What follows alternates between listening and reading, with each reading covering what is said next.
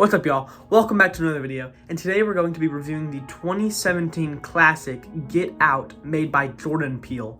This is a fantastic movie about a black photographer not moving in, but that has a white girlfriend, and he goes up into a secluded mansion, and real quick, the mansion looks like a racist mansion. Like, this is what I'd imagine a white supremacist house to be. And basically, he goes into the mansion, and some really weird stuff happens with the parents to where they basically try to mind control him into being their slave or someone else's slave. But and it's fantastic. I love this movie, and I did not expect Jordan Peele to make a horror movie this good. But yeah, let's really get into this. First thing I have to say, right off the bat, the intro is fantastic where the guy gets kidnapped, and it really just sets the scene to what movie you're gonna get.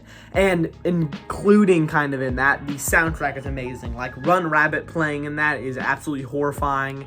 They have even Redbone in this, which is fantastic. And it has some hilarious jokes, like the Obama joke and the freaking racist cop are two hilarious things, and the sex slave joke is also pretty fantastic.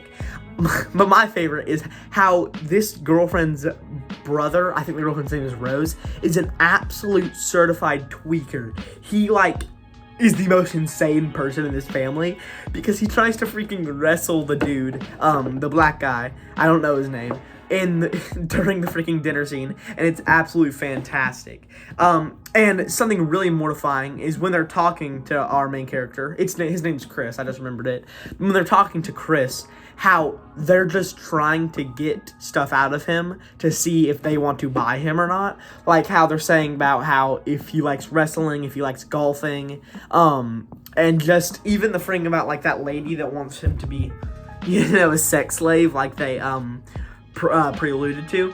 It's absolutely horrifying. And it's also the scenes where after he leaves the house, they just all get quiet and just start freaking doing crap. Like when he goes out into the woods to talk with his girlfriend about leaving, and they all just, start freaking bidding him off like an actual freaking item. They even have a painting of him and everything. And when he walks up to the stairs to check his phone to call his friend because he wants to leave, how they all just stop and look up at him, which it makes the movie absolutely fantastic, and how just shows that basically every person in this movie is either mind controlled or evil. And overall, seeing the amazing acting from the two black servants that they have is also pretty cool. Like how she's freaking I can really see in the scene where she comes in after the phone's unplugged and crap, how it looks like she's trapped in her head about how she's trying to cough out words and how she's crying. And the freaking gardener has probably my favorite scene in the movie, where he's doing his exercises and running like freaking Officer Earl from Cloudy with a Chance of Meatballs. And the hypnotizing scene, of course, like everybody knows, is amazing, where he falls into his own mind and kind of just sees a TV screen of him getting hypnotized. And the overall thing of the tea kettle, like when he slaps it away from the table, is also pretty fantastic.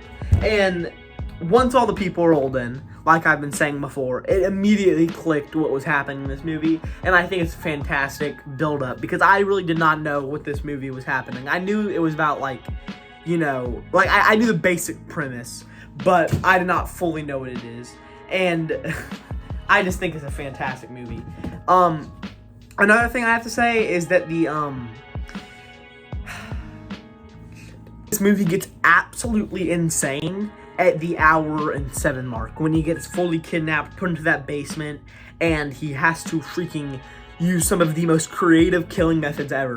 That's one of my favorite kill scenes ever, when the dad freaking is just standing right there. He rips a deer head off the wall and rams it into the freaking dad's chest, the two antlers, which is insane and great foreshadowing about how the dad was saying that deers are freaking disgusting parasite creatures that need to be erased off the earth. Oh, this is me in the middle of editing it. I just realized an insane callback that at the beginning of the film, he goes to save this deer that he hit, and deers are just in a bunch of the movies. There's even a deleted scene where a ghost skeleton deer comes and scares him. But in the beginning, he hits a deer with his car, and he stops the car and comes and helps the deer, even though he could have just driven away. And I just realized that this scene is a call, or is a what's it called? Like a as my dog is a shadowing to when it shows later in the movie when he when you learn that he just didn't help his like he didn't call for his he just didn't call like the police when his mom didn't get home, and she bled out dying from a hit and run, and he could have saved her. And it's just a great foreshadowing. And the death scene is probably my favorite in the entire movie, even beating out the freaking crazy scene where Chris grabs a bocce ball and beats in the tweaking brother's head, and then stabs him with a key in the ankle, and then keeps beating him with the bocce ball, which is just absolutely insane. And also how the dad at the beginning of the film said how in the basement it's locked because of a black mold infestation is absolutely horrifying. And on the and showing how Rose is an absolutely twisted freak lady, not even because she freaking is a black widow that takes advantage of black people. She has a cup of dry Fruit Loops, and then next to the dry Fruit Loops, she has a glass of milk. She doesn't pour the glass of milk in the Fruit Loops. She eats a Fruit Loop, then drinks out of the glass of milk. That's probably the most disgusting and horrifying scene in the entire movie. And how she's basically shopping for people online is also pretty horrifying. I think this entire family is sick and twisted and just evil, and seeing them all get killed in these gruesome ways is absolutely awesome. Also, the foreshadowing that takes place with all the kills, like how he let his mother, kind of let his mother die out and bleed on the ground for hours because he didn't call the police, and how he lets his girlfriend bleed and die out instead of as her death is absolutely fantastic.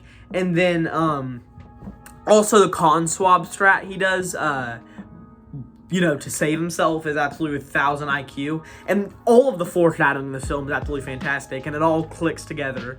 And I'm usually don't say this, like Midsummer, my favorite horror movie of all time, I kind of wanted, even though it sounds freaking crazy, I wanted it to be, a bad ending to them getting indoctrinated into the cult and then getting killed, because it just makes it be a better horror movie. But you have made these characters absolutely lovable and hateable when I want the freaking protagonist to win, which sounds pretty weird, but in a horror movie, I kind of want to be scared. I kind of want to be left,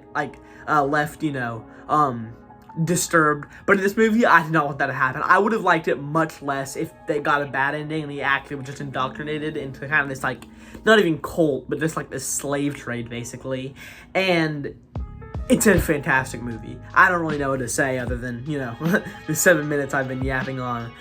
This is a must-watch. I'm feeling in 100% 10. I've been giving pretty high rankings, but for all of my horror movies. But at the end of the year, I'm going to do a big re-ranking of everything, and I'm almost certain this is going to be staying as a perfect 10. This is one of my favorite horror movies of all time, just for my first watch, and, it's fantastic. I'll see you in the next one.